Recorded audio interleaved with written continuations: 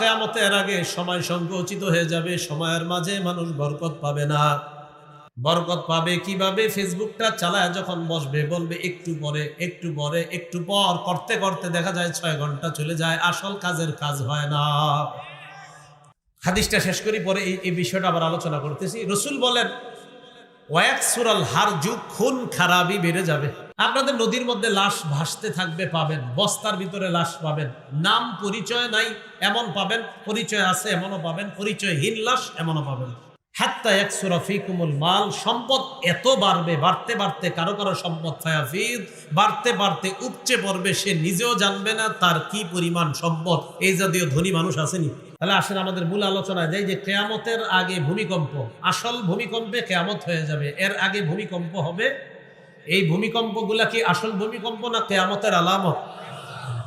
ক্বালা রাসূলুল্লাহ সাল্লাল্লাহু আলাইহি ওয়াসাল্লাম, নবীজি বলেন লা ইয়াশরাবান্না নাসুম মিন উম্মতি আল খামরা ইউসাম্মুনাহা বিগাইরি ইসমিহা, আমার উম্মতের একদল মদ পান করবে, মদের নাম অন্য নাম দিবে, ওই নাম অন্য নাম দিয়ে তারা মাদক সেবন করবে।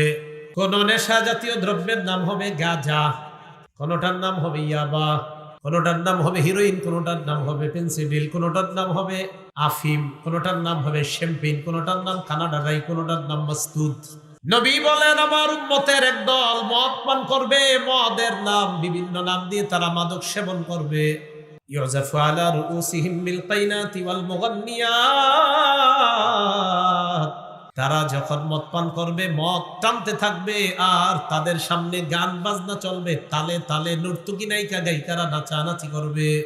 একদিক দিয়ে মদ পান চলবে, অন্য দিক দিয়ে নাচানাচি হবে, গায়িকারা গান গাবে, নায়িকারা নাচতে থাকবে। রাসূল বলছে এটা হবে, কবে হবে এটা? আর কয়দিন পরে। রাসূলুল্লাহ সাল্লাল্লাহু আলাইহি সাল্লাম বলেন ইয়াখসিফুল্লাহু বিহিমুল আরদ, আল্লাহ তাদেরকে চাইলে জমিনের নিচে ধসিয়ে দিবেন। কোথায় ধসিয়ে দিবেন? তুরস্কে জমিনের নিচে ধসাইছে। আল্লাহ শিক্ষা দিতেছে, দেখো অপরাধ যদি বাড়ে, আমি তোমাদেরকে জমিনের নিচে ধসিয়ে দেওয়া আমার জন্য কোনো ব্যাপার না, মাত্র 45 সেকেন্ডের খেলা একটা দেখায় দিচ্ছে। ওয়াজআলু মিনহুমুল কিরাদাতা ওয়াল খানাজির, তাদের কাউরে আল্লাহ শুকর বানায় দিবে, কাউরে আল্লাহ বানর বানায় দিবে, কাউকে শুকর বানায় দিবে। আবার আগের কথা আসেন, আসল কিয়ামত যখন হবে, আসল ভূমিকম্পে কিয়ামত হয়ে যাবে। এর আগের কিয়ামতের আগে যে ভূমিকম্পগুলা, এইগুলা কিয়ামতের আলামত। কিয়ামতের আলামত নামে যে ভূমিকম্পগুলা হবে, বলেন তো কেন হবে? ক্বালা রাসূলুল্লাহ সাল্লাল্লাহু আলাইহি ওয়াসাল্লাম, নবীজি বলেন আমার উম্মতের মধ্যে যখন 15টা অপরাধ বাড়বে, তখন তাদের মাঝে ভূমিকম্প সহ বড় বড় গজব আসবে। 1 নাম্বার ইদাতুফিজাল ফাইউ দুয়ালা, যুদ্ধলব্ধ সম্পদ ব্যক্তিগত সম্পদে রূপান্তরিত হবে। 2 নাম্বার আল আমানাতু মাগনামা, আমানত লুটের মালে পরিণত হবে।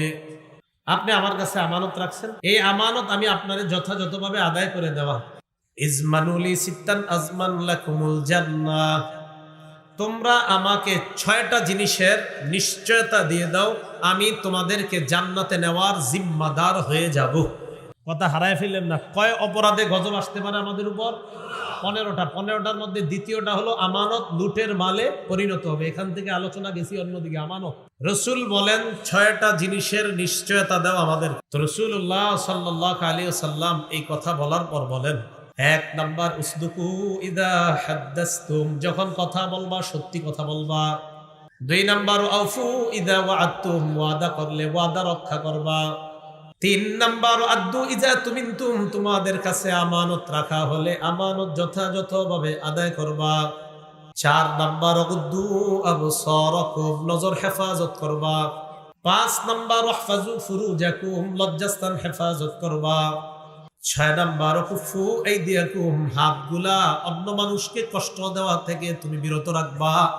আজমান লাকুমুল জান্নাহ, আমি নবী তোমাকে জান্নাতে নেওয়ার জিম্মাদার হয়ে যাব। ক্বালা রাসূলুল্লাহ সাল্লাল্লাহু আলাইহি ওয়াসাল্লাম বাদিরু বিল আমালি সাবআ, রাসূলুল্লাহ সাল্লাল্লাহু আলাইহি ওয়াসাল্লাম বলেন 7টা জিনিস তোমাদের কাছে আসার আগে তোমরা আমলের প্রতি মনোযোগী হও, আমলের প্রতিযোগিতা করো, আমল বাড়ায় দাও। কয়টা জিনিস আসার আগে? 7টা জিনিস আসার আগে। 1 নাম্বার, হাল তানজুরুনা ইল্লা ফাকরান মুনসিয়া। তোমরা কি এমন দারিদ্রতার অপেক্ষা করো যেই দারিদ্রতা তোমাদেরকে সব ভুলিয়ে দেয়? যেই দারিদ্রতা তোমাদেরকে আল্লাহ, ইসলাম, কোরআন, সুন্নাহ সব ভুলিয়ে দেয়, এই দারিদ্রতার অপেক্ষা করো? মানে এমন দারিদ্রতা আসার আগে আমলের প্রতি মনোযোগী হও যেই দারিদ্রতা মানুষকে আল্লাহ ভুলিয়ে দেয়, এই দারিদ্রতার আগে আমলে মনোযোগী হও। এটা 1 নাম্বার। 2 নাম্বার, আও গিনান মুতগিয়া। অথবা তোমরা কি এমন প্রাচুর্যতার অপেক্ষা করছো, ধনাঢ্যতা, এমন টাকা পয়সার, যেই টাকা পয়সা তোমাদেরকে বিদ্রোহী বানায় দেয়, যেই টাকা পয়সা তোমাদেরকে ধর্মদ্রোহী বানায় দেয়, এমন টাকা পয়সার অপেক্ষা করছো? তাহলে 1 নাম্বার, এমন দারিদ্রতা যেই দারিদ্রতা আল্লাহ ভুলায় দেয়, এমন দারিদ্রতার আগে আমলে মনোযোগী হও। এমন ধনী হওয়ার আগে আমলে মনোযোগী হও যেই ধনী হওয়াটা তোমাকে নাফরমান বানায় দেয়, বিদ্রোহী বানায় দেয়, ধর্মদ্রোহী বানায় দেয়, এমন ধনী হওয়ার আগে আমলে মনোযোগী হও। এগুলো 2 নাম্বার। 3 নাম্বার, আও মারাদান মুফসিদা। অথবা এমন রোগ, এমন অসুস্থতা, যেই অসুস্থতা তোমার দেহকে নষ্ট করে দেয়, এমন অসুস্থতার আগে আমলে মনোযোগী হও। যে অসুস্থতা দেহকে নষ্ট করে দেয়, এমন অসুস্থতার আগে আমলে মনোযোগী হও। এটা হলো 3 নাম্বার। 4 নাম্বার, আও হারামান মুফান্নিদা। অথবা তুমি বুড়া হওয়ার আগে, বার্ধক্যে পৌঁছার আগে আমলে মনোযোগী হও যেই বার্ধক্যতা তোমার জ্ঞান বুদ্ধি নষ্ট করে দেয়, যেই বয়স তোমার জ্ঞান বুদ্ধি নষ্ট করে দেয়, এমন বয়সে পৌঁছার আগে তুমি আমলে মনোযোগী হও। 5 নাম্বার, আও মাউতান মুজহিজা। এমন মরণ, যে মরণ হঠাৎ এসে যায়। কিয়ামতের আলামত, হঠাৎ মৃত্যুর সংখ্যা বাড়বে। রাসূল বলেন, যেই মরণ হঠাৎ এসে যায়, এই মরণের আগে আমলে মনোযোগী হও। মরণ আসলে আর আমল করতে পারবো না, শেষ। 6 নাম্বার, আও দাজ্জাল ফাশাররু গায়বিন ইউনতাজার। দাজ্জাল আসার আগে আমলে মনোযোগী হও। যেই দাজ্জাল, ওই অনুপস্থিত বস্তুর মধ্যে সবচেয়ে নিকৃষ্ট জিনিস হলো দাজ্জাল। আমরা অনুপস্থিত যাদের অপেক্ষায় আছি, প্রবাসে যারা আছে তার অপেক্ষায় থাকি আমরা অপেক্ষায় আছি ইমাম মাহদি আসবে, আমরা অপেক্ষায় থাকি গজওয়াতুল হিন্দ হবে। তো রাসূল সাল্লাল্লাহু আলাইহি সাল্লাম বলেন, যেই অনুপস্থিত বিষয়ের অপেক্ষা তোমরা করো, এর মধ্যে সবচেয়ে নিকৃষ্ট হলো দাজ্জাল। এই দাজ্জাল আসার আগে আমলে মনোযোগী হও। 7 নাম্বার, কিয়ামত। কিয়ামত আসার আগে আমলে মনোযোগী হও। ফাসসাআতু আদহা ওয়া আমার। কিয়ামত সবচেয়ে তিক্ত, সবচেয়ে বিভীষিকাময়, সবচেয়ে ভীতিকর জিনিস হলো কিয়ামত। এই কিয়ামত আসার আগে আমলে মনোযোগী হও। কয়টা হলো? রাসূলুল্লাহ সাল্লাল্লাহু আলাইহি সাল্লাম বলেন, 7টা জিনিস তোমাদের জীবনে আসার আগে তোমরা আমলে মনোযোগী হও। মনিটরগুলো বন্ধ করে দাও। 7টা জিনিস আসার আগে তোমরা আমলে মনোযোগী হও। তাহলে 1 নাম্বার, এমন দারিদ্রতা যেই দারিদ্রতা আল্লাহ ভুলায় দেয়। 2 নাম্বার এমন টাকা পয়সা, যেই টাকা পয়সা আপনাকে ধর্মদ্রোহী বানায় দেয়। 3 নাম্বার এমন অসুস্থতা, যে অসুস্থতা আপনার দেহটাকে শেষ করে দেয়। 4 নাম্বার এমন বার্ধক্যতা, যে বার্ধক্য আপনার জ্ঞান বুদ্ধি সব ভুলায় দেয়, যখন আপনার মেধা আর কাজ করে না। 5 নাম্বার এমন মরণ, যে মরণ হঠাৎ এসে যায়। 6 নাম্বার দাজ্জাল। দাজ্জাল হলো আমরা যাদের অপেক্ষা করি, অনুপস্থিত এখনো যারা আছে, এর মধ্যে সবচেয়ে নিকৃষ্ট দাজ্জাল। 7 নাম্বার কিয়ামত। রসুল বলেন কিয়ামত সবচেয়ে তিক্ত এবং সবচেয়ে ভয়ঙ্কর জিনিস হলো কিয়ামত। এই 7টা বিষয় তোমাদের জীবনে আসার আগে আমলে মনোযোগী হোক। তাহলে এর মধ্যে 7 নাম্বারটা কিয়ামত। 7 নাম্বারটা কি? কিয়ামত। আল্লাহ পাক রব্বুল আলামিন এটাই বলেন, ইযা জুলজিলাতিল আরদু জিলজালাহা। বেঈমানরা কয় কিয়ামত কবে হবে? কিয়ামত হয় না কেন? আল্লাহ সূরা নাজিল করে দিলেন, যেদিন প্রচন্ড কম্পনে জমিন কাঁপতে থাকবে, সেদিন সব ধ্বংস হয়ে যাবে, সেদিন কিয়ামত হয়ে যাবে। এটাই হলো কিয়ামত। সেদিন কিয়ামত ঘটেই যাবে। সহিহ বুখারীর বর্ণনা 1036 নম্বর হাদিস।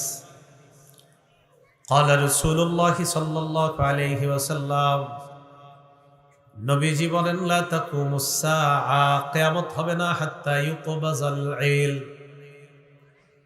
ইলম উঠিয়ে না নেওয়ার আগ পর্যন্ত কিয়ামত হবে না। কিয়ামতের আগে ইলম উঠিয়ে নেওয়া হবে। কিয়ামতের আগে ইলম উঠিয়ে নেওয়া হবে। ইলম কিভাবে আল্লাহ উঠাবে কিয়ামতের আগে? এটা আবার বুখারীর 100 নম্বর হাদিসে আছে। قال رسول الله صلى الله عليه وسلم, নবীজি বলেন, ইন্নাল্লাহা লা ইয়াকবিজুল ইলমা ইনতিজাআন ইয়ানতাজিউহু মিনাল ইবাদ। আল্লাহ বান্দার ছিনা থেকে ইলম একবারে ছিনিয়ে নিবে এমনটা হবে না। ওয়ালাকিন ইয়াকবিজুল ইলমা বিকবজিল উলামা। আলেমদেরকে উঠিয়ে নেওয়ার মাধ্যমে ইলম আল্লাহ উঠিয়ে নিবেন। ইলম আল্লাহ ছিনায় নিবে এমনটা হবে না যে কারো সিনা থেকে এইভাবে টান মাইরা নিয়ে গেছে, এমন না। আলেমদের মৃত্যু হবে, ইলম উঠে যাবে। গত 2 বছর 3 বছর আমাদের দেশে আলেম মৃত্যুর হার কম না অনেক বেশি? অনেক বেশি। রাসূলুল্লাহ সাল্লাল্লাহু আলাইহি সাল্লাম বললেন, কিয়ামতের আলামতের মধ্যে একটা হলো হাত্তা ইউকবাজাল ইলম, ইলম উঠিয়ে নেওয়ার আগ পর্যন্ত কিয়ামত হবে না। এমন একটা পরিস্থিতি সৃষ্টি হবে, হাত্তা ইযা লাম ইউতি আলিমা, যখন কোনো আলেম খুঁজে পাবে না। ইত্তাখাযান নাসু রুউসান জুহালা, মানুষ জাহেলদেরকে নেতা বানাবে। ধর্মীয় নেতার আসনে জাহেলকে বসায় দিবে। ফাস্তাফতাউ ফাআফতাউ বিগাইরি ইলম, মানুষ জাহেলদেরকে একের পর এক প্রশ্ন করবে, আর জাহেল সাহেব একের পর এক উত্তর দিতেই থাকবে। প্রশ্ন করবে, কোন প্রশ্নে বলবেন আমি পারি না, আমি জানি না, সব প্রশ্ন পারে আর উত্তর দিতেই থাকবে। বিদ্যা ছাড়া উত্তর দিবে। ফাদাল্লু ওয়া আদাল্লু, তারা নিজেরাও পথভ্রষ্ট হবে, অন্যদেরকে পথভ্রষ্ট করবে। আল্লাহ আমাদেরকে হেফাজত করে। রাসূলুল্লাহ সাল্লাল্লাহু আলাইহি সাল্লাম বলেন, লা তাকুমুস সাআতু হাত্তা ইউকবাজাল ইলম, কিয়ামত সংগঠিত হবে না ইলম ছিনিয়ে না নেওয়া পর্যন্ত। সহিহ বুখারীর বর্ণনা 80 নম্বর হাদিসের বর্ণনা। قال رسول الله صلى الله عليه وسلم, নবীজি বলেন, ইন্না মিন আশরাতিস সাআ আন ইউরফাআল ইলমু ওয়া ইয়াসবুতাল জাহলু। নবী বলেন, কিয়ামতের আলামতের মধ্যে এটা একটা আলামত, ইলম উঠিয়ে নেওয়া হবে, মূর্খতা সমাজের মধ্যে প্রচার প্রসার লাভ করবে, মূর্খতা বেড়ে যাবে, বিদ্যা উঠে যাবে। ওয়া ইয়াজহারুজ জিনা, জিনা প্রকাশ্যে রূপ ধারণ করবে, প্রকাশ্যে জিনা হবে, প্রকাশ্যে জিনার রূপ ধারণ করবে। ওয়া ইউশরাবাল খামরু, মদ পান করা হবে। তো রাসূলুল্লাহ সাল্লাল্লাহু আলাইহি সাল্লাম বললেন, কিয়ামতের আলামত এলেম উঠে যাওয়া, মূর্খতা ছড়িয়ে পড়া। এলেম উঠে যাওয়া, মূর্খতা ছড়িয়ে পড়া, এটা হলো কিয়ামতের আলামত। তো আসেন বুখারীর ওই হাদিসটা পুরোটা শুনি। 1036 নম্বর হাদিসে রাসূল বলেন, লা তাকুমুস সাআতু হাত্তা ইউকবাযাল ইলম, কিয়ামত সংগঠিত হবে না এলেম যতক্ষণ উঠিয়ে নেওয়া না হয়। এরপর রাসূল বলেন, ওয়াতাকসুরাজ জালাজিল, ভূমিকম্প না হওয়া পর্যন্ত কিয়ামত হবে না। ভূমিকম্প বেড়ে যাবে, একের পর এক ভূমিকম্প হবে, এই ভূমিকম্প না হওয়া পর্যন্ত কিয়ামত হবে না।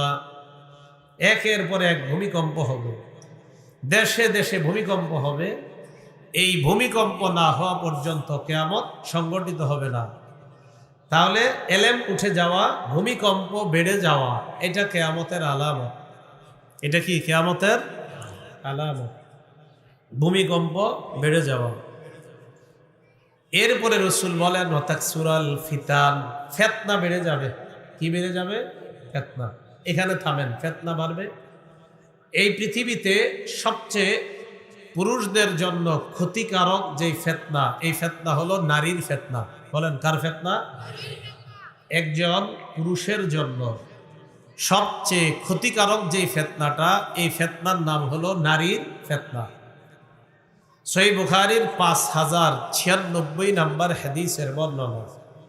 ক্বালা রাসূলুল্লাহ সাল্লাল্লাহু আলাইহি ওয়াসাল্লাম, নবীজি বলেন, মা তারাকতু বাদি ফিতনাতান আদাররু আলা রিজালি মিনান নিসা। নবীজি বলেন, আমি দুনিয়া থেকে বিদায় নেওয়ার পর পুরুষের জন্য সবচাইতে ক্ষতিকারক নারী যারা, এই নারীদের চাইতে ক্ষতিকারক আর কোনো কিছু আমি রেখে যাই নাই। নবীজি বলেন, পুরুষের জন্য সবচাইতে ক্ষতিকারক হলো নারী সম্প্রদায়। আমার ইন্তেকালের পর পুরুষের জন্য সবচাইতে ক্ষতিকারক নারী সম্প্রদায়। এই নারীর চাইতে অধিক ক্ষতিকর কোনো ফিতনা আমি পুরুষের জন্য রেখে যাই নাই। পুরুষের জন্য কি করে যাই নাই? রেখে যাই নাই নারীর চেয়ে ভয়ঙ্কর ফিতনা।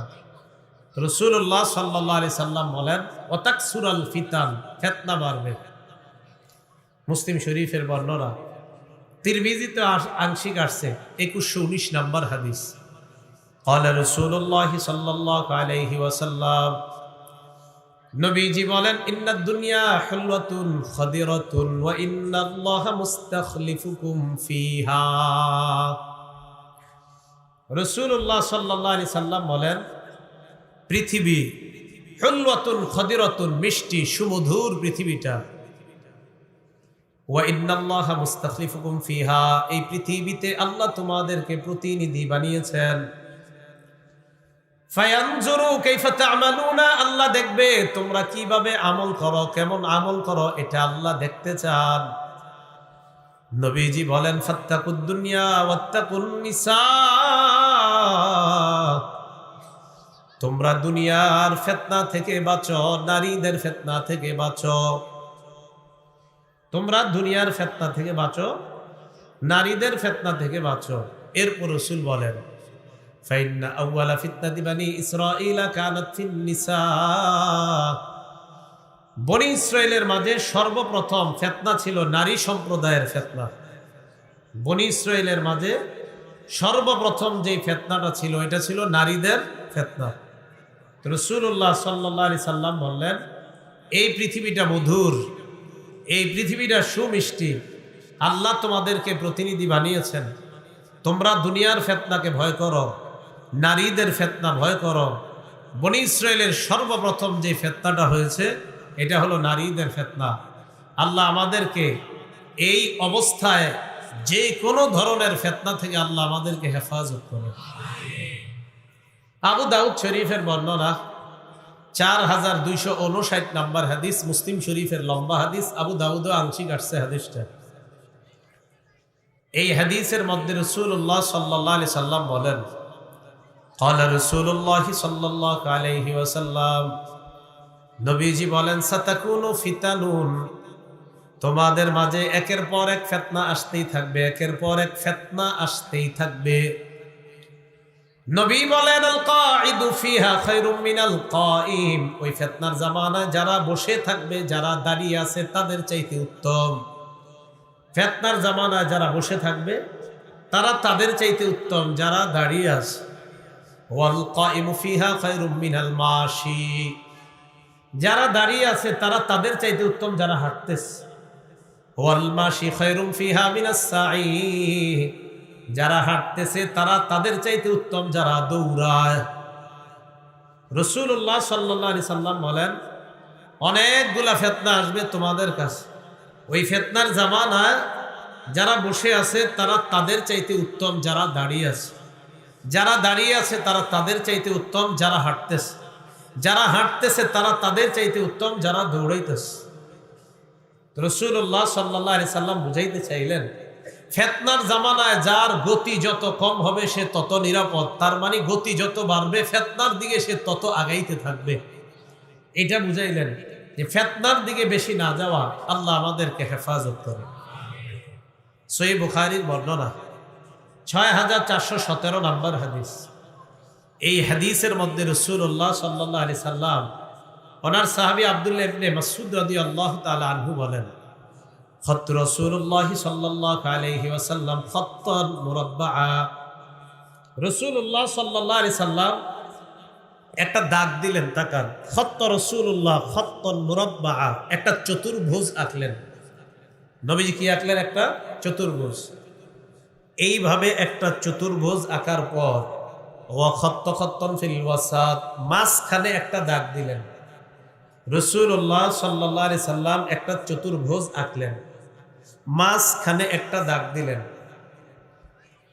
এই মাঝখানের যে দাগটা দিছে, তাকান, খারিজা মিনহু, এটা চতুর্ভুজের বাহিরে। রাসূল একটা চতুর্ভুজ আঁকলেন, মাঝখানে একটা দাগ দিলেন, এই দাগটা চতুর্ভুজের বাহিরে। এতটুকু বুঝে আসছে সবার? দাগ দেওয়ার পর রাসূলুল্লাহ সাল্লাল্লাহু আলাইহি ওয়াসাল্লাম এই মাঝখানের দাগটার চারপাশে খত্ত খুততান সিগারা, অনেকগুলা ছোট ছোট দাগ দিছে। আবার বলছি, চতুর্ভুজ, মাঝখানে দাগ, পাশে ছোট্ট ছোট্ট দুই পাশে অনেকগুলা দাগ। তাহলে বলেন তো, ছোট ছোট দাগগুলা কি চতুর্ভুজের বাহিরে না ভিতরে? আর লম্বা দাগটা, এতটুকু বুঝে আসছে? আচ্ছা, তো রাসূলুল্লাহ সাল্লাল্লাহু আলাইহি সাল্লাম বলেন, এই মাঝখানের যেই দাগটা, এটা দেখা বলেন, হাদাল ইনসান, এটা হলো মানুষ। এটা কি? এবার আল্লাহ রাসূল বলেন, এই মানুষের চারপাশে যে দাগগুলা, হাদা আজালুহু, এটা হলো তার, এই চারপাশের দাগগুলা হলো তার জীবন। নবী বলেন, চতুর্পাশের দাগগুলা তার জীবন, মাঝখানের দাগটা মানুষ, চতুর্পাশের দাগটা তার জীবন। ছোট ছোট যে দাগগুলা, এই দাগগুলাকে আল্লাহ রাসূল বললেন আল আরাজ, এই দাগগুলা হলো ফিতনা। দাগগুলা ফিতনা। নবীজি বলেন, এই যে ছোট ছোট দাগগুলা, এটা হলো এক একটা ফিতনা। মানুষের জীবনে একটা ফিতনা যাবে, ওই ফিতনা থেকে বাঁচার পর আরেকটা ফিতনা আসবে, আবার ওই ফিতনা থেকে বাঁচবে, আবার আরেকটা ফিতনা আসবে। এইভাবে তার জীবনে ফিতনা আসতেই থাকবে। মাঝখানের দাগটা কি চতুর্ভুজের ভিতরে না বাহিরে? নবীজি বলেন, এই যে মাঝখানের দাগটা, এটা মানুষ, চারদিকের দাগটা তার জীবন। আর দাগটা যে বের হয়ে যায়, এটা হলো আমালুহু, তার আশা।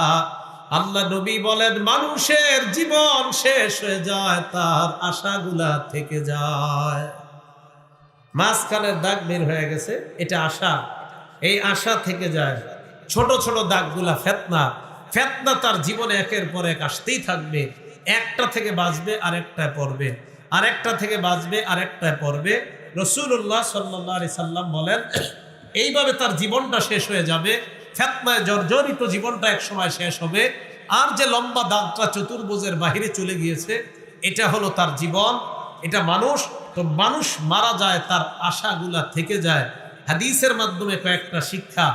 একটা শিক্ষা হলো, মানুষ তার জীবন ধারণ ক্ষমতার চাইতেও বেশি আশা করে। আরেকটা শিক্ষা, মানুষের জীবনে ফিতনা একের পর এক আসবে, একটা থেকে বাঁচবে তো আরেকটা পড়ে যাবে। রাসূল বলছে আমার শেষ উম্মতরা এই ফিতনায় খুব বেশি পড়ে। তাহলে আমরা একের পর এক পরীক্ষার সম্মুখীন হচ্ছি, দিনের দিন না কমতেছে না বাড়তেছে? বাড়তেছে। সেটা দলের নাম কোন দলগত বলেন, বিভিন্ন বস্তু বলেন, গুনাহের মাধ্যম বলেন, সেটা করোনা ভাইরাস বলেন, সেটা পরে এক বাড়ছে, একের পর এক আসতেছে। আল্লাহ আমাদেরকে হেফাজত করে। কোন হাদিস থেকে গেলাম? সহিহ বুখারীর 1036 নম্বর হাদিস থেকে আমরা ওয়াতাকসুরাল ফিতান, ফিতনা বাড়বে, এখান থেকে আমরা কয়েকটা হাদিস শুনলাম। তো রাসূলুল্লাহ সাল্লাল্লাহু আলাইহি ওয়াসাল্লাম বলেন ওয়ায়াতাকারাবাজ জামান, ওয়ায়াতাকারাবাজ জামান, সময় সংকুচিত হয়ে যাবে, মানুষ সময়ের মধ্যে বরকত পাবে না। আগের জামানার মানুষ ফজরের নামাজের পর হাঁটতে হাঁটতে অনেক দূর চলে যাইতো, আবার জোহরের আগে বাড়িতে আসতে পারতো। এখন ফজরের পর আপনি ওই পর্যন্ত যাইতেই লাগবে মাগরিব। নবীজি বলেন ওয়াতাকারাবাজ জামান, কিয়ামতের আগে সময় সংকুচিত হয়ে যাবে, সময়ের মাঝে মানুষ বরকত পাবে না।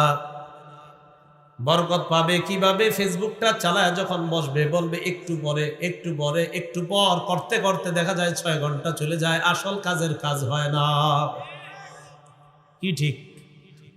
ঠিকটা কি? এটা নিয়ে বসে যে চিন্তা করে 2 মিনিট একটু ওই হাদিসটা দেখবো, তো এটা খুঁজতে গিয়ে ঢুকে আপনার বাস চলে যাচ্ছে, একের পর এক সময় চলে যাচ্ছে। বিবি খাইতে ডাকে, নাস্তায় ডাকে, পানিতে ডাকে, হজরতের কোনো খবর নেই। রাসূলুল্লাহ সাল্লাল্লাহু আলাইহি সাল্লাম বললেন সময় সংকুচিত হয়ে যাবে, সময়ের বরকত পাবে না মানুষ। তাহলে তাকসুরাজ জালাজিল, ভূমিকম্প বাড়বে। বলেন তো ভূমিকম্প একটা হবে না, অসংখ্য অগণিত হবে? অনেকগুলো হবে। জালা তাকসুরা বলছে ভূমিকম্প অনেক হবে, প্রচুর ভূমিকম্প হবে। খুব মনোযোগ সহকারে বুঝেন। ভূমিকম্প যে হবে, আসল ভূমিকম্পের মাধ্যমে কি হবে আমরা জানলাম। আসল ভূমিকম্প যখন হবে কিয়ামত হয়ে যাবে, বা সব শেষ, ফিনিশড। এই আসল ভূমিকম্পের আগে যে ভূমিকম্পগুলো হবে এটা হলো কিয়ামতের আলামত। বলেন সবাই, কি এটা কিয়ামতের? বুখারীর 1036 নম্বর হাদিসে যে রাসূল বলছে তাকসুরাজ জালাজিল, ভূমিকম্প বাড়তে থাকবে, এটা কি আসল ভূমিকম্প না কিয়ামতের আলামত? এটা কারণ আসল ভূমিকম্পে তো কি হয়ে যাবে? কিয়ামত হয়ে যাবে, সব শেষ হয়ে যাবে। আচ্ছা, হাদিসটা শেষ করি, পরে এই বিষয়টা আবার আলোচনা করতেছি। রাসূল বলেন ওয়াকসুরাল হারজু, খুন খারাপি বেড়ে যাবে। আপনাদের নদীর মধ্যে লাশ ভাসতে থাকবে, পাবেন বস্তার ভিতরে লাশ পাবেন, নাম পরিচয় নাই এমন পাবেন, পরিচয় আছে এমনও পাবেন, পরিচয়হীন লাশ এমনও পাবেন। হাত্তা ইয়াকসুরা ফীকুমুল মাল, সম্পদ এত বাড়বে, বাড়তে বাড়তে কারো কারো সম্পদ ফায়াফিদ, বাড়তে বাড়তে উপচে পড়বে, সে নিজেও জানবে না তার কি পরিমাণ সম্পদ। এই জাতীয় ধনী মানুষ আসেনি? আচ্ছা, তাহলে আসেন আমাদের মূল আলোচনায় যাই, যে কিয়ামতের আগে ভূমিকম্প, আসল ভূমিকম্পে কিয়ামত হয়ে যাবে, এর আগে ভূমিকম্প হবে। এই ভূমিকম্পগুলা কি আসল ভূমিকম্প না কিয়ামতের আলামত? এই ভূমিকম্প কেন হবে? কথা বুঝে আসছে? প্রথমে জানলাম এটা কিয়ামতের আলামত, আর কিয়ামতের আলামত নামক যে ভূমিকম্পটা, এটা কেন হবে? এক কথায় জবাব, সবাই বলেন আমাদের পাপ বেড়ে যাওয়ার কারণে। বলেন। তাহলে আপনাদেরকে প্রশ্ন করি, যেই ভূমিকম্পে পুরা দুনিয়া ধ্বংস হবে, এর আগে যেই ভূমিকম্পগুলো হবে এগুলা কি কিয়ামতের? কিয়ামতের আলামত নামে যেই ভূমিকম্পগুলো হবে এগুলা কেন হবে? পাপ বেড়ে গেলে যে ভূমিকম্প হবে, এটার দলিল কি? ইবনে মাজাহ কিতাবের নাম, 4020 নম্বর হাদিসের বর্ণনা। এই হাদিসের বর্ণনাকারী সাহাবী আবু মালিক আল আশআরী রাদিয়াল্লাহু তাআলা আনহু, তিনি বলেন ক্বালা রাসূলুল্লাহ সাল্লাল্লাহু আলাইহি ওয়াসাল্লাম, নবীজি বলেন লা ইয়াশরাবান্না নাসুম মিন উম্মতি আল খামরা ইউসাম্মুনাহা বিগাইরি ইসমিহা, আমার উম্মতের একদল মদ পান করবে, মদের নাম অন্য নাম দিবে, ওই নাম অন্য নাম দিয়ে তারা মাদক সেবন করবে। কোন নেশা জাতীয় দ্রব্যের নাম হবে গাঁজা, কোনটার নাম হবে ইয়াবা, কোনটার নাম হবে হিরোইন, কোনটার নাম হবে পেন্সিডিল, কোনটার নাম হবে আফিম, কোনটার নাম হবে শ্যাম্পেন, কোনটার নাম কানাডারাই, কোনটার নাম মাস্তুদ। নবী বলেন আমার উম্মতের একদল মদ পান করবে, মদের নাম বিভিন্ন নাম দিয়ে তারা মাদক সেবন করবে। ইউযাফু আলা রুউসিহিম বিল কাইনাতি ওয়াল মুগান্নিয়াত, তারা যখন মদ পান করবে মদ টানতে থাকবে আর তাদের সামনে গান বাজনা চলবে, তালে তালে নর্তকী নায়িকা গায়িকারা নাচানাচি করবে। একদিক দিয়ে মদ পান চলবে, অন্য দিক দিয়ে নাচানাচি হবে, গায়িকারা গান গাবে, নায়িকারা নাচতে থাকবে। রসুল বলছে এটা হবে, কবে হবে এটা? আর কয়দিন পরে? হ্যাঁ, চলতেছে মানে আর 2 দিন পরেই হবে এটা। এই 2 দিন পরেও হবে মানে চলতেছে তো, 2 দিন পরে ভয়ঙ্কর রূপে পুরো দুনিয়াতে হবে এটা। মদ পান করা হবে, গান চলবে আর বাজনা বাজতে থাকবে। রাসূলুল্লাহ সাল্লাল্লাহু আলাইহি সাল্লাম বলেন ইয়াখসিফুল্লাহু বিহিমুল আরদ, আল্লাহ তাদেরকে চাইলে জমিনের নিচে ধসিয়ে দিবেন। কোথায় ধসিয়ে দিবেন? তুরস্কে জমিনের নিচে ধসাইছে। আল্লাহ শিক্ষা দিতেছে, দেখো অপরাধ যদি বাড়ে আমি তোমাদেরকে জমিনের নিচে ধসিয়ে দেওয়া আমার জন্য কোনো ব্যাপার না, মাত্র 45 সেকেন্ডের খেলা একটা দেখায় দিচ্ছে। ওয়ায়াজআলু মিনহুমুল কিরাদাতা ওয়াল খানাজির, তাদের কাউরে আল্লাহ শুকর বানায় দিবে, কাউরে আল্লাহ বানর বানায় দিবে, কাউকে শুকর বানায় দিবে। আবার আগের কথায় আসেন, আসল কিয়ামত যখন হবে, আসল ভূমিকম্পে কিয়ামত হয়ে যাবে। এর আগের কিয়ামতের আগে যে ভূমিকম্পগুলা, এইগুলা কিয়ামতের আলামত। কিয়ামতের আলামত নামে যে ভূমিকম্পগুলা হবে, বলেন তো কেন হবে? আমাদের পাপ বেড়ে যাওয়ার কারণে। এতটুকু বুঝে আসছে তো সবার?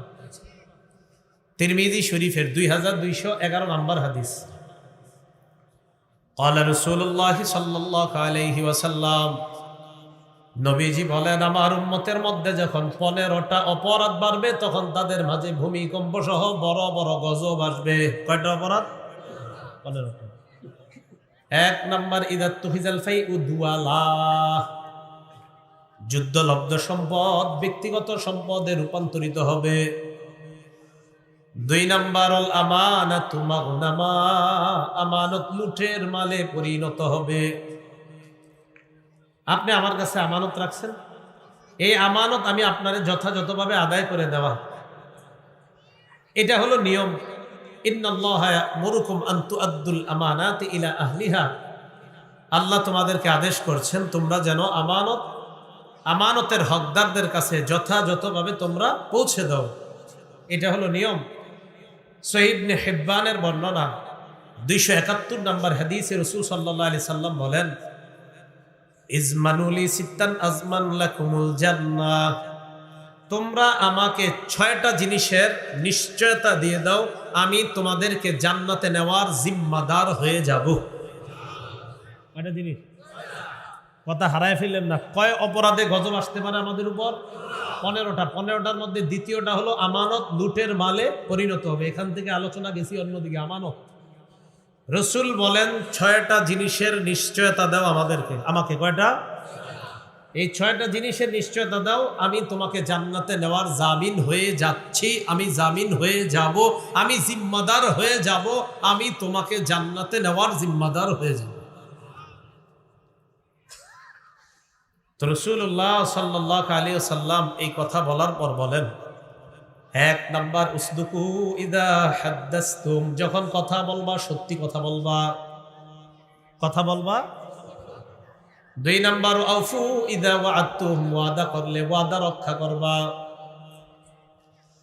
3 নাম্বার আদ্দু ইজা তুমিনতুম, তোমাদের কাছে আমানত রাখা হলে আমানত যথাযথভাবে আদায় করবা।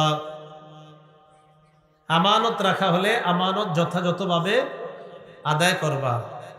তাহলে 3 নাম্বারটা আদ্দু ইজা তুমিনতুম, তোমাদের কাছে আমানত রাখা হলে আমানত যথাযথভাবে আদায় করবা। 4 নাম্বার ওয়াগুদ্দু আবসারাকুম, নজর হেফাজত করবা। 5 নাম্বার ওয়াহফাজু ফুরুজাকুম, লজ্জাস্থান হেফাজত করবা। 6 নাম্বার কুফু আইদিয়াকুম, হাতগুলা অন্য মানুষকে কষ্ট দেওয়া থেকে তুমি বিরত রাখবা। আজমান লাকুমুল জান্নাহ, আমি নবী তোমাকে জান্নাতে নেওয়ার জিম্মাদার হয়ে যাব। কয়টা? কথা বললে সত্য বলা।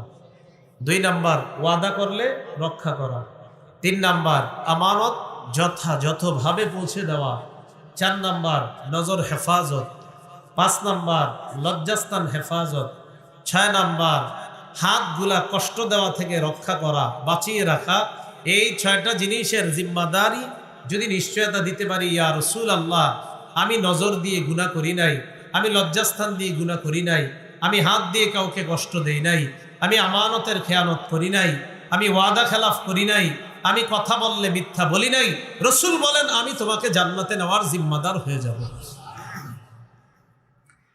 কয় অপরাধে গজব আসবে?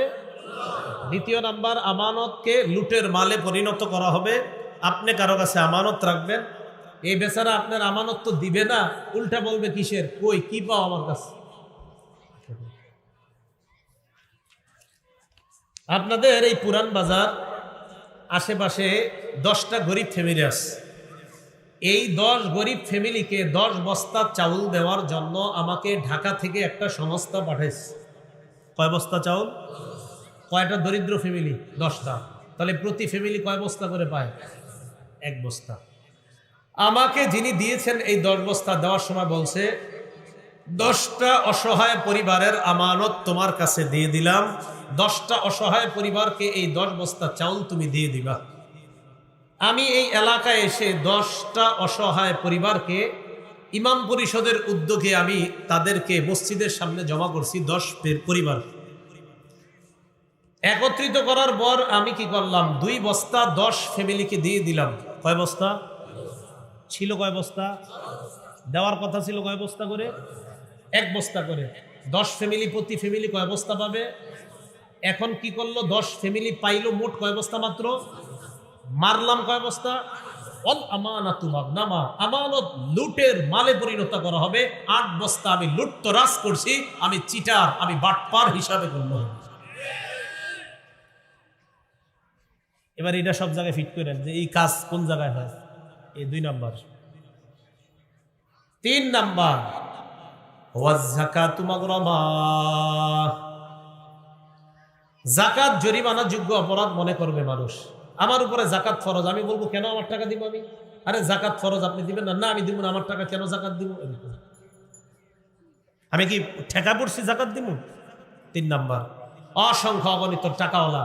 আমাদের দেশের টাকাওয়ালারা যদি প্রতি বছর যাকাত দেয়, টাকাওয়ালারা শুধু যাকাতটা যদি দেয়, এই দেশে ইনশাল্লাহ 10 বছর না 5 বছরও যদি নিয়মিত যাকাত দেওয়া হয়, দারিদ্রতার হার বুলেটের গতিতে কমতে থাকবে। সবাই যদি যাকাত দেয়। এটা হলো 3 নাম্বার। 4 নাম্বার ধর্ম বহির্ভূত শিক্ষার প্রচার প্রসার ঘটবে।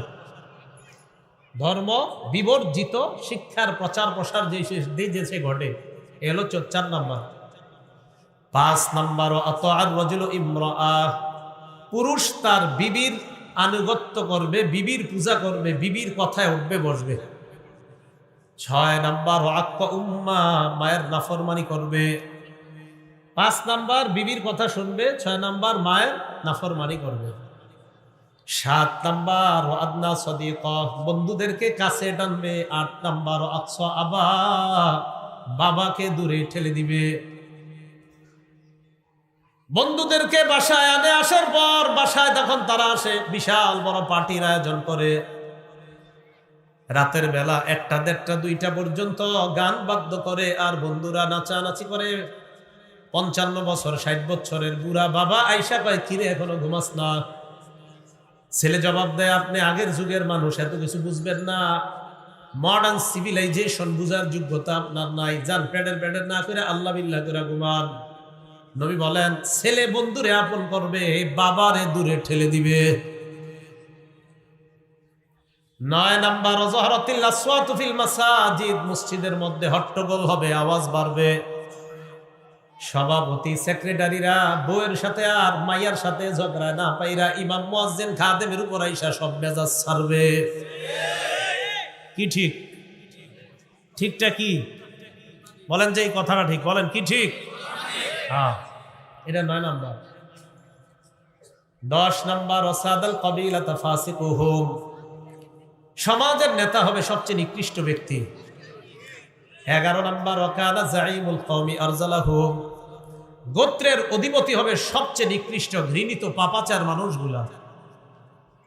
দরবার আজকে রাত্র পর্যন্ত আমার আর ওনার মাঝে একটা জমিন নিয়ে বিরোধ। জমিনটা আসলে ওনার। আজকে রাত পর্যন্ত এলাকাবাসীর সবাই জানে এই জমিন এই আব্দুর রহমানের। আগামীকাল সকাল 8টায় ফয়সালা হবে, আমাদের দুইজনের ঝগড়া নিরসন হবে। আসলে জমিনটা ওনার, এলাকাবাসীও জানে ওনার।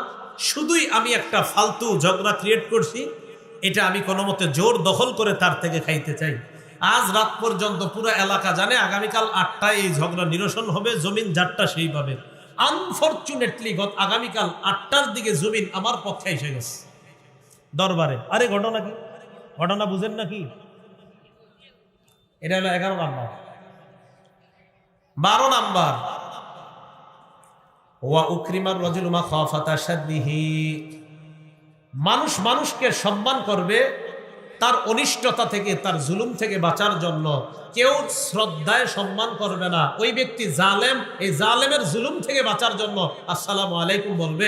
এটা শ্রদ্ধার সালাম না, এটা ঘৃণা। ঘৃণা অনিষ্টতা থেকে বাঁচার জন্য মানুষ মানুষকে সম্মান করবে। 5টা ছেলে মোটরসাইকেল নিয়ে ডেলি দাঁড়ায় থাকে এক কলেজের সামনে। আব্দুর রহমানের কন্যা ওই কলেজে পড়ে, বেচারা জানে আমার মেয়েটা এই কলেজে ডেলি যায় আসে, ওরে কেউ যেন কোনো ডিস্টার্ব না করে। এই জন্য ওই আব্দুর রহমান কি করে, ওই 5 মোটরসাইকেল ওয়ালা ছেলে যারা কলেজের সামনে দাঁড়ায় থাকে এদেরকে খালি সালাম দেয় 5টা। সালাম আলাইকুম, বাবা ভালো আছো? এরা মনে করে আমগরে মনে উনি খুব আদর করতেছেন। না, আপনারা যাতে ওর মেয়েরে ডিস্টার্ব না করেন বারবার সালাম দেন। কারণ আপনারা তো এখানে দাঁড়ান, যদি এই নিয়তে দাঁড়ান, ওই বেটা জানে যে এরা তো দাঁড়ায় ডেলি ডিস্টার্ব করে, আমারটারে যাতে ডিস্টার্ব না করে, খালি বারবার সালাম দেয়। ভালো আছো? চা খাইবা 1 কাপ? আসলে 1 কাপ চা না, এটা আপনারে পারলে 20 খাওয়াইতো। ওনার মেয়ে পরে দেখে আপনারা বারবার সালাম দেয়। এলো 12 নাম্বার। 13 নাম্বার ওয়া যহারাতিল কাইনাত ওয়াল মাআজিফ, ঢোল তবলা বাদ্যযন্ত্র আর গায়িকা বাড়তে থাকবে। বাদ্যযন্ত্র গায়িকা বাড়তে থাকবে। এখন তো আবার নতুন কথা, গান বাজনা হারাম, এটা হুজুররা কই পেয়েছে? আজিব দুনিয়াতে আছে, মানে এটাও বলার যুগ এসে গেছে। গান বাদ্য যে হারাম, এটা হুজুররা কই পেয়েছে? আল্লাহ না করেন এরকমও কথা যদি বলা হয় আশ্চর্য হয়েন না। জিনা যে হারাম, হুজুররা কই পেয়েছে? এটাও যদি কেউ বলে আশ্চর্য হয়েন না। কারণ যে যুগে এই কথা শুনতেছেন যে গান বাদ্য হারাম, এটা মোল্লা হুজুর না কয়, মোল্লারা পাইছে কই? কয় মানুষের বাড়িতে বাড়িতে খায় আর কয় গান বাদ্য হারাম। এরা পাইলো কই কথাটা? তো যেই যুগে এটা বলতে পারতেছে, সেই যুগে যদি বলে ফেলে জিনা যে হারাম, এটা হুজুররা কই পেয়েছে, এটাও বলা আর শোনা, এটা অস্বাভাবিক কিছু হবে না। 14 নাম্বার ওয়া শরিবাতিল খুমুর, মদ পান বেড়ে যাবে যে দেশে। 15 নাম্বার ওয়া লাআদা আখিরু হাদিহিল উম্মাহ আউওয়ালাহা, শেষ জামানার মানুষগুলা আগের জামানার মানুষদেরকে অভিশাপ দিবে, গালি দিবে। শেষ জামানার অনেক মানুষ বলবে আমিরে মুআবিয়া এই কাজটা ঠিক করে নাই, আমিরে মুআবিয়ার উপর লানত। নাউজুবিল্লাহ বলেন। রাসূলের জান্নাতি একজন সাহাবীকে অভিশাপ দিবে। রাসূলের সাল্লাল্লাহু আলাইহি সাল্লামের সুসংবাদ প্রাপ্ত একজন জান্নাতি সাহাবী, তাকে আপনার ইতিহাসের কাঠ গড়ায় দাঁড় করায়া এমন এমন শব্দ তার শানে, হযরত উসমানের শানে এমন এমন শব্দ বলা হয় যেই শব্দ মাইকের সামনেও বলা যায় না। সাহাবাদের শানে এমন শব্দ বলার লোক আমাদের বাংলাদেশে আছে। তো রাসূলুল্লাহ সাল্লাল্লাহু আলাইহি সাল্লাম বলেন, শেষ জামানার মানুষ আগের জামানার মানুষের অভিশাপ দিবে। ফজরের নামাজের পর একটা বাংলা বই পড়বে, মাগরিব পর্যন্ত উনি খুব ব্যস্ত। এই মাগরিব পর্যন্ত বই পড়ার কারণে জোহর নামাজ মসজিদে আসতে পারে নাই, আসরও আসতে পারে নাই। ঘরে পড়ছে, ঠিক আছে, মাইনা নিছি, ঘরেই পড়ছে। মাগরিবের আগে এসে ইমাম সাহেব, ইমাম সাহেব কিসে আজকে সকাল থেকে শুধু পড়াশোনায় ছিলাম, এই জন্য তো জোর আসরে আসি নাই। তো ইমাম আবু হানিফা তো এই জায়গায় ভুল করছে, এই মাসালাটা আবু হানিফা বুঝে নাই হুজুর। ইমাম মালিক হুজুর ওই মাসালাটা বুঝে নাই, উনি বুঝছে। ইমাম সাহেবরা এসে বুঝাইতেছে ইমাম আবু হানিফা, ইমাম মালিক, ইমাম শাফি বুঝে নাই। এটা তো ইমাম আবু হানিফার কথা। আমার সাথে একজন আমাদের বাংলাদেশের লালবাগের একজন কয় এই হাদিস আব্দুল্লাহ ইবনে মাসউদ রাদিয়াল্লাহু তাআলা আনহু বুঝে নাই। রাসূলের সাহাবী আব্দুল্লাহ ইবনে মাসউদের ব্যাপারে বলছে, যে সাহাবীর ব্যাপারে আল্লাহ রাসূল বলেন কোরআন যে কিভাবে নাজিল হয়েছে যদি তোমরা দেখতে চাও তো আমার আব্দুল্লাহ ইবনে মাসউদের কোরআন তেলাওয়াত শোনো। ও যেভাবে কোরআন পড়ে আল্লাহ কোরআনটা ঠিক এইভাবে নাজিল করছে। এই সাহাবীর শানে বলে যে উনি বুঝে নাই, আর উনি বুঝছে, তিনি কইতেছে। রাসূলুল্লাহ সাল্লাল্লাহু আলাইহি সাল্লাম বলেন শের জামানার মানুষ আগের জামানার মানুষকে অভিশাপ দিবে। এই 15টা অপরাধ যখন ঘটবে, রাসূল বলছে কবে যেন ঘটবে, চলতেছে, তখন কি হবে? ফাল্যারতাকিবু ইনদা যালিকা রিহান হামরা, তখন যেন মানুষ অগ্নি বাতাসের অপেক্ষা করে, ওয়া জালজালা ভূমিকম্পের অপেক্ষা করে, ওয়া মাসখা তখন যেন মানুষ চেহারা বিকৃতির অপেক্ষা করে, ওয়া খসফা ভূমিধসের অপেক্ষা করে, ওয়া কসফা পাথর বৃষ্টির অপেক্ষা করে, ওয়া আয়াতিন তাতাবা এমন এমন গজব, এমন এমন বিপদ একের পর এক আসতে থাকবে। কানিজ মিন বালিন কুতিআসিল কুহু ফাতাতাবা, পুরাতন পুতির মালার নেয় পুরাতন পুতির মালা যদি কেটে দেওয়া হয়, পুরাতন একটা পুতির মালার সুতা যদি কেটে দেন, একটা পুঁতি পড়বে না, সবগুলা পড়ে যাবে। আল্লাহ নবী বলেন একের পর এক যেমন পুঁতি পড়তে থাকবে তোমাদের উপর, একের পর এক গজব বালা মুসিবত আর বিপদ আর পরীক্ষা আসতেই থাকবে। তাহলে যেই অপরাধে ভূমিকম্প আসে আল্লাহ দেয়, এই অপরাধ কি আমাদের দ্বারা হচ্ছে কিনা? আল্লাহ এই অপরাধ থেকে আমাদেরকে হেফাজত করেন।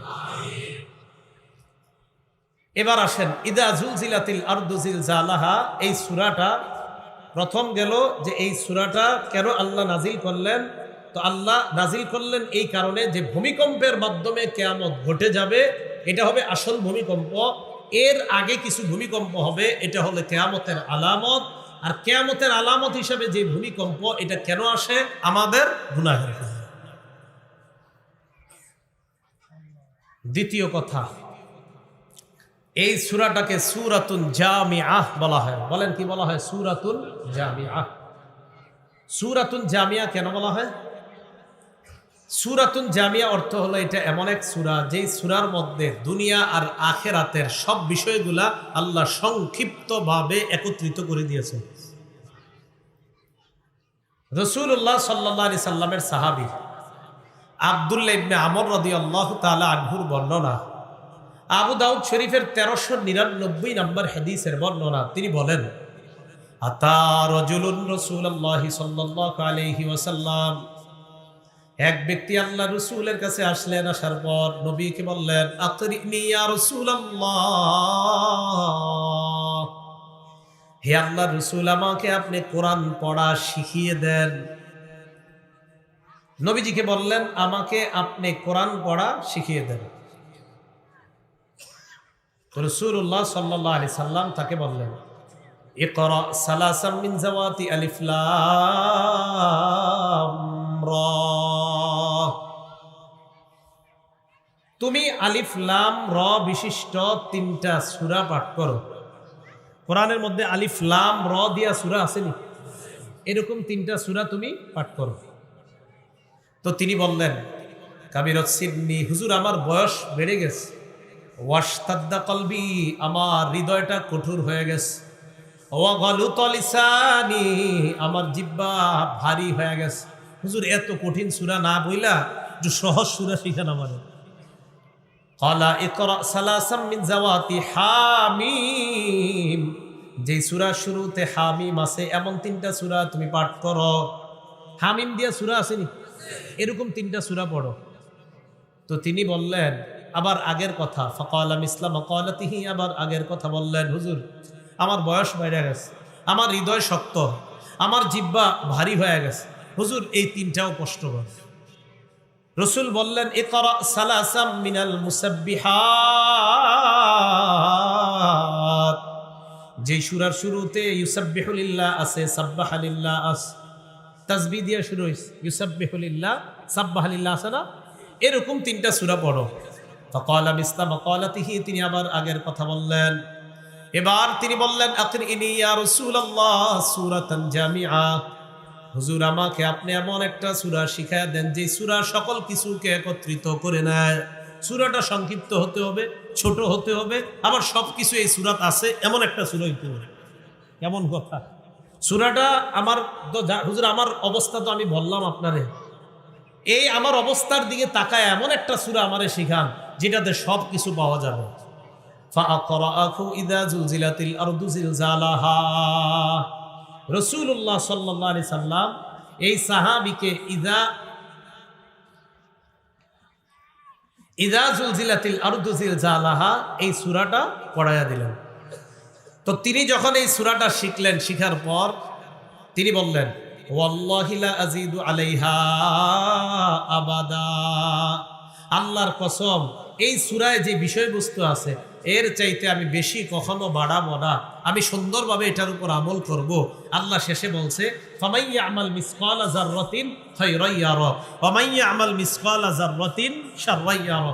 অনুপরিমাণ নেক আমল যে করবে কিয়ামতের মাঠে এটাও সে দেখবে, অনুপরিমাণ বদ আমল যে করবে এটাও দেখবে। তো তিনি বললেন আমি এই সূরার উপর পরিপূর্ণ আমল করব, এটা বলে তিনি চলে যেতে লাগলেন।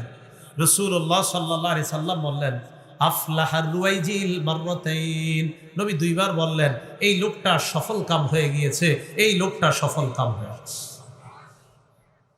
এই হলো দ্বিতীয় কথা, এই সূরার নাম সূরাতুন জামিআহ।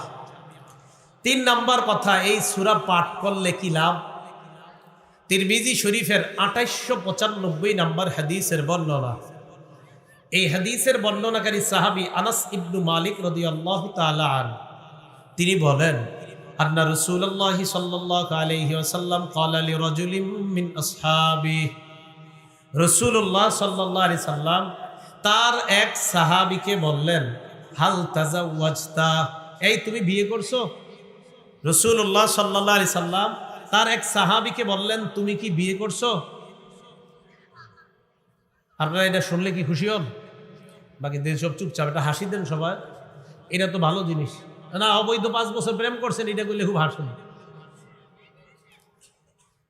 সাহাবীকে আল্লাহ রাসূল বললেন তুমি কি বিয়ে করছো? এই কথা জিজ্ঞাসা করা এটা দোষের না। সহিহ বুখারীর 5069 নম্বর হাদিসে দেখেন আব্দুল্লাহ ইবনে আব্বাস তার ছাত্র সাঈদ ইবনে জুবাইরকে কয় হাল তাজাওয়াজতা, এই তুমি বিয়ে করেছো? তাহলে তিরমিজির 2895 নম্বর হাদিসে রাসূল তার সাহাবীকে বলে হাল তাজাওয়াজতা, তুমি বিয়ে করেছো? সাহাবীও তার ছাত্ররে কয় বিয়ে করেছো? নবীও তার ছাত্ররে কয় বিয়ে করেছো? এই প্রশ্ন করা এটা দোষের না, এটা ভালো। তুমি কি প্রেম করো? এটা হলো অবৈধ কাম, এটা ভালো না। বিয়ে করা এটা পবিত্র কাজ। তো সাহাবী রাসূলকে জবাব দেয় লা ওয়াল্লাহি ইয়া রাসূলুল্লাহ, হুজুর আমি বিয়ে করি নাই আল্লাহর কসম। ওয়ালা ইনদি মা আতাজাওয়াজু বিহি, বিয়ে করার মতো আমার কাছে সামর্থ্য নাই। 1 নাম্বার জবাব দিল বিয়ে করি নাই। 2 নাম্বার জবাব বিয়ে করার মতো টাকা পয়সাও নাই। এই কথা বলার পর রাসূলুল্লাহ সাল্লাল্লাহু আলাইহি সাল্লাম বললেন আলাইসা মাআকা কুল হুয়াল্লাহু আহাদ, তোমার কাছে কি কুল হুয়াল্লাহু আহাদ এই সূরাটা নাই? তুমি এটা পারো না? ভাই বালা ইয়া রাসূলুল্লাহ, হুজুর এটা পারি। নবীজি বললেন সুলুসুল কোরআন, এই তো তোমার কাছে কোরআনের 3 ভাগের 1 ভাগ আছে। তুমি পারো না কে কইছে? তোমার কাছে কিছু নাই কে বলছে? তুমি তো কোরআনের 3 ভাগের 1 ভাগ নিয়ে ঘুরতেছ। একবার কুল হুয়াল্লাহু আহাদ এই সূরাটা পড়লে আল্লাহ তো ওই বান্দার আমল নামায় কোরআন 3 ভাগের 1 ভাগ তেলাওয়াত করার সওয়াব আল্লাহ দিয়ে দেন। আলাইসা মাআকা কুল ইয়া আইয়ুহাল কাফিরুন, তুমি কি কুল ইয়া আইয়ুহাল কাফিরুন সূরাটা পারো না? কয় জি হুজুর পারি। নবীজি বললেন রুবুল কোরআন, এই তো কোরআনের 4 ভাগের 1 ভাগ আছে তোমার কাছে। কুল ইয়া আইয়ুহাল কাফিরুন একবার পড়লে আল্লাহ তাকে কোরআনের 4 ভাগের 1 ভাগ তেলাওয়াত করার সওয়াব দিয়ে দেন।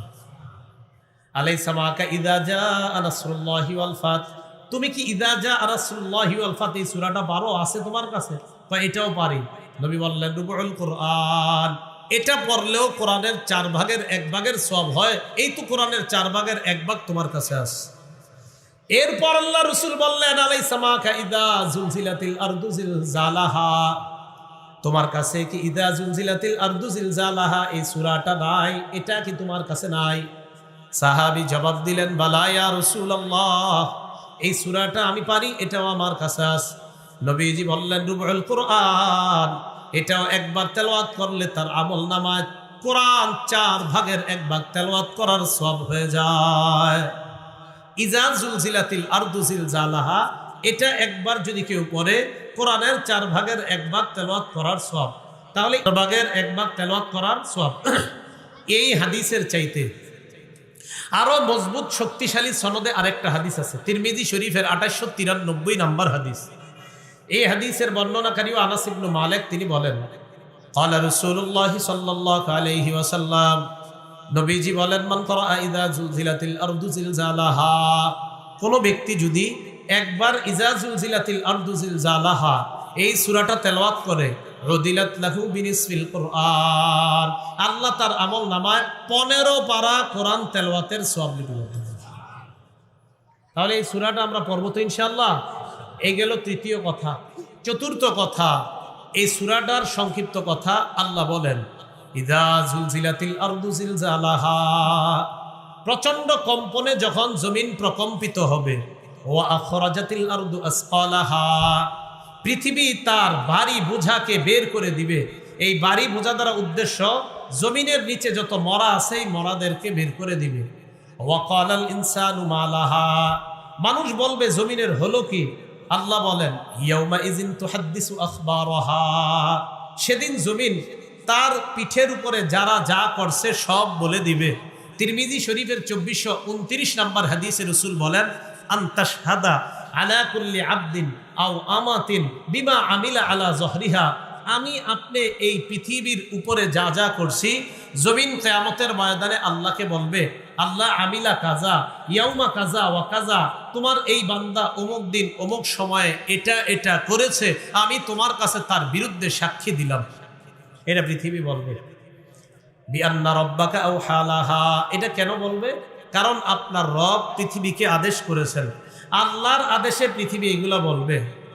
ইয়াউমা ইদি ইয়াসদুরুন নাসু আশতাতাল লিউরাউ আমালাহুম, সেদিন মানুষ চারদিক থেকে বিক্ষিপ্তভাবে কিয়ামতের ময়দানে উঠতে থাকবে, যেন তাদের আমলনামা তাদেরকে দেখায় দেওয়া হয়। ফামাই ইয়ামাল মিসকালা যাররাতিন খায়রান ইয়ারা, যেই ব্যক্তি অনুপরিমাণ নেক আমল করে এটাও সে দেখতে পাবে। ওয়া মাই ইয়ামাল মিসকালা যাররাতিন শাররান ইয়ারা, যেই ব্যক্তি অনুপরিমাণ খারাপ কাজ করে এটাও দেখতে পাবে। আল্লাহ পাক রব্বুল আলামিন আমাদের সকলকে যে কথাগুলা বলা হলো, আসল কিয়ামতের আগে যে কিয়ামত হবে সেই কিয়ামত হলো, যেই ভূমিকম্প হবে এই ভূমিকম্প হলো কিয়ামতের আলামত। এই ভাই, এই আপনারা উঠতেছেন কেন? উঠতেছেন, উঠেন না, বসেন। আসল ভূমিকম্পের মাধ্যমে যে কিয়ামতটা হবে, এটার আগে যে ভূমিকম্পগুলা, এইগুলা কিয়ামতের আলামত। এইগুলা হবে আমাদের পাপ বেড়ে যাওয়ার কারণে। অতএব আমরা আমাদের এই পাপ থেকে যেন আমরা হেফাজত থেকে, আমরা সর্বশ্রেণীর সবাই যেন পাপ থেকে বেঁচে আমাদের এই দেশটাকে আমরা রক্ষা করতে পারি। আল্লাহর গজব থেকে যেন এই দেশ হেফাজত হয়ে যায়, আমরা আল্লাহর কাছে দোয়া করব। আল্লাহ আমাদের সকলকে সকল প্রকার পাপ থেকে বেঁচে থেকে আমরা যেন আল্লাহর গজব থেকে বেঁচে থাকতে পারি। আল্লাহ তৌফিক দান করেন। আমিন ওয়া আখিরু দাওয়ানা আলহামদুলিল্লাহি রাব্বিল আলামিন।